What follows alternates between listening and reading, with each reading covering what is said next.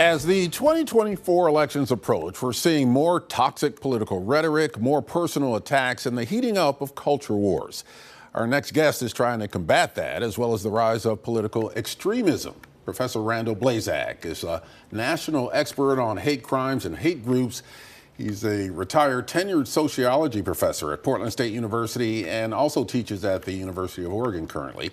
Today, he's a member of the federally funded Cure PDX Project to reduce political violence in the Pacific Northwest.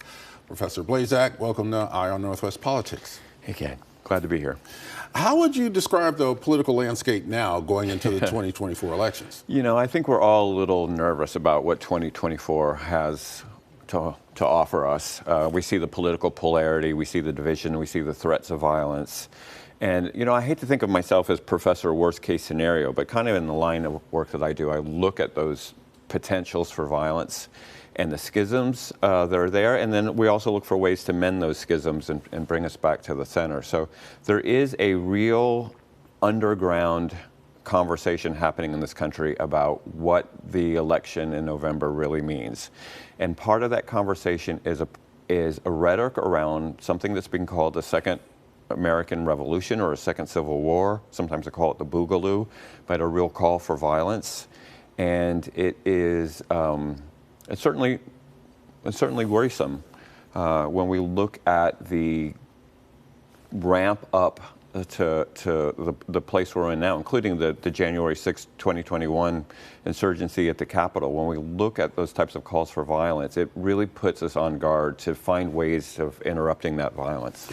You study hate groups, even spent time with white supremacists in your study. How much is that a factor in our politics right now? There is this underbelly in the middle of all this chaos of this organized white supremacist movement that's always been there. I mean, we have a long history in Pacific Northwest, including the Klan basically running the state in the 1920s, 100 years ago. So it's always sort of been there, and it's always opportunist, meaning it always takes advantage of what's happening in the moment. You know, 20 years ago, they were organizing around gay marriage. That was all of a sudden an issue for groups like the Ku Klux Klan. Now this issue around the election has really become the focal point of the organized white supremacist movement. The difference now is there's that organized movement, the people who are part of the groups that we imagine, you know, neo-Nazi groups and Klan groups and white supremacist groups, but there is this broad underbelly that's connected through social media and the internet, where people aren't members of groups, where they aren't patched in members of skinhead gangs or things like that. They're just sort of fellow travelers, and they're digesting this flow of information and disinformation that's coming their way that says, get ready, this revolution, this civil war is happening, and here's the reason that you should, you know, be organized. Here's the reason you should be violent. Here's who the enemies are. And when I started doing this work in the late 1980s, I had to physically go to a Klan rally. I had to physically go to a skinhead hangout and find out what they were thinking.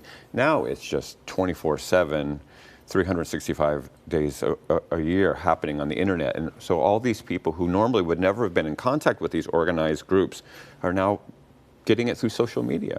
Yeah, we've seen more hateful rhetoric and threats against both Jews and Muslims since the war began between Israel and Hamas. How does what's happening in the Middle East, or even in Ukraine for that matter, affect our politics here in the U.S.? Yeah, again, it's very opportunist, so whatever's in the news can be folded into it. So there's a huge increase in anti-Semitism as well as Islamophobia. The anti-Semitism is sort of driving a lot of this, a belief among the white supremacists that there is a sort of global Jewish conspiracy, that the Republicans and the Democrats are controlled by the same party, and the media is controlled, and everything is controlled. So the situation in Palestine has really amped up a lot of that anti-Semitism, and it's gotten in front of more eyeballs. So more people who are just looking for news about Israel, what's happening in Israel, all of a sudden find themselves in an anti-Semitic neo-Nazi website and are getting this information. So they've really capitalized on these news items to get their ideology and their call for battle in front of more people. Yeah, let's talk about the political climate on college campuses now, especially at the elite Ivy League schools at this moment. Harvard President Claudine Gay resigned shortly after this exchange with New York Republican Elise Stefanik about whether calling for the genocide of Jews violates Harvard's code of conduct. You've probably seen this. Does calling for the genocide of Jews violate Harvard's rules of bullying and harassment? Yes or no? It can be, depending on the context. It does not depend on the context. The answer is yes, and this is why you should resign. These are unacceptable answers across the board. Claudine Gay did resign, as did now former University of Pennsylvania President Liz McGill. In an op-ed in the New York Times, Gay wrote, "The campaign against me was about more than one university and one leader. This was merely a single skirmish in a broader war to unravel public faith and pillars of American society." Professor Blazak, do you agree? Well, it's very interesting because the far right loves to hang its hat on the free speech banner. They're just expressing their First Amendment right of free speech. And so this was an example of where free speech also has consequences. So somebody has the First Amendment right to be anti-Semitic. It's protected by the Constitution. But we can also meet that with a counter free speech that says anti-Semitism is dangerous and harmful and violent. And so this is the front line. I mean, college campuses, this is nothing new, but college campuses are in the front line of this debate between free speech, protected speech, and what's harmful speech. That hate speech is free speech, but it can also be very harmful, so we can develop policies to respond to it. And so it becomes this battle, and we use these terms culture wars, right?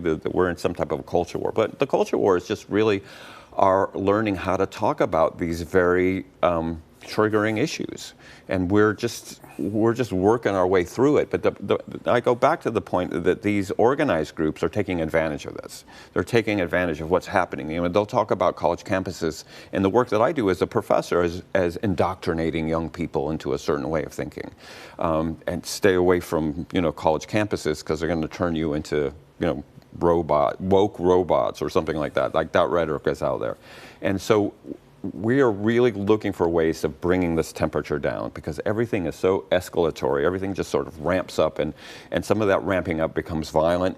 Some of it becomes threatening. Some of it, traumatizes people. So we're really in this moment where we have to start figuring out how to bring this temperature down. Yeah, we're only about, we have about a minute left, but that leads us to what you're doing with the federally funded program, Cure PDX.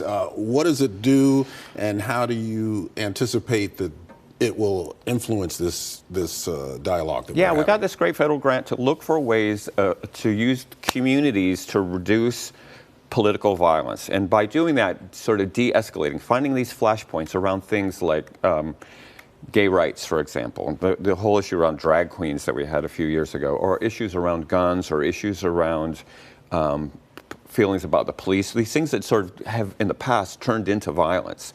And so we're looking for ways of kind of bringing people from the community, and we're calling them credible messengers, people that are believable to the people on the ground, and training them in the techniques of de-escalation, how we have better conversations. Because I think, we've just gone through the holidays, and probably a lot of people had some conversations at the dinner table that were not pleasant, right? That sort of went off the rails very quickly. So we can teach people these skills of de-escalation and how to actually find common ground and bring people away from the precipice of violence. Professor Randall Blazak, thank you very much for being here on Eye on Northwest Politics. My pleasure.